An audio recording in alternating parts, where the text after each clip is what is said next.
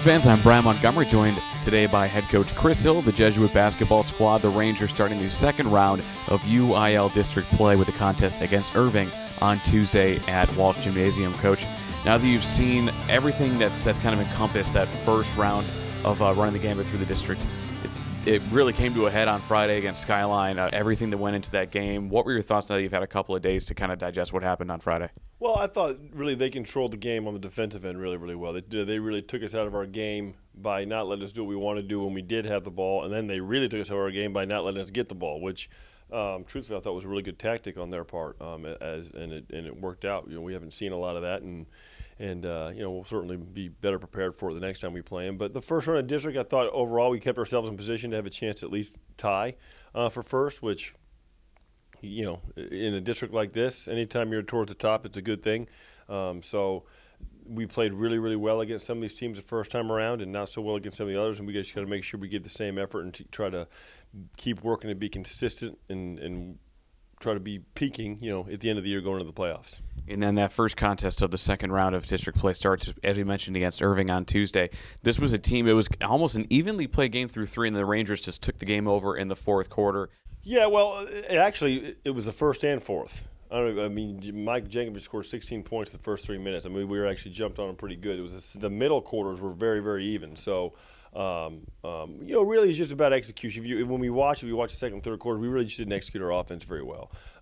And defensively, it was pretty much they scored kind of the same throughout the whole game. So it's just a matter of buckling down and playing our game and making sure we're disciplined and mature about the decisions we're making and executing.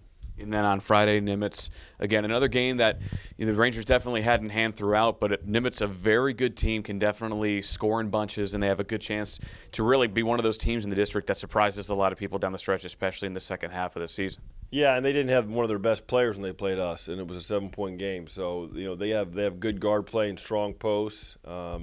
And they haven't had a consistent chemistry all year, and I think they're starting to come into their own a little bit. They're starting to get their guys back, and they've had a tough year in terms of injuries, so they're on the mend now, and I think we're going to see a different Nimitz team on Friday.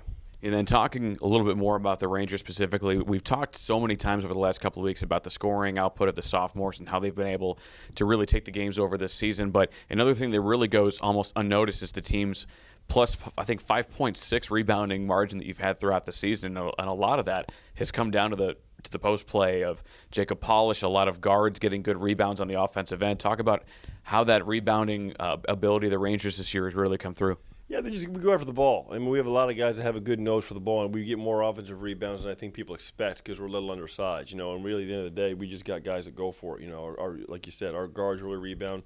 Rebounds per minute, I bet Sean Regan's, crushing it, you know what I mean? So, we got guys that are really conscientious of it, and they do. And actually, I think Nimitz Irving was one of the games we had a hard time. I think it was one of those marks where we didn't cover that.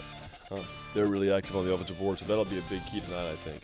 All right. Well, as we mentioned, Ranger fans, Jesuit will be taking on Irving on Tuesday here at Walsh Gymnasium, 7:30 tip, and also be sure to come to the campus for Friday's game against Nimitz, both of those games scheduled for 7:30. And as always, Ranger fans, be sure to keep it locked into JesuitRangers.org for all of your up-to-date Rangers info.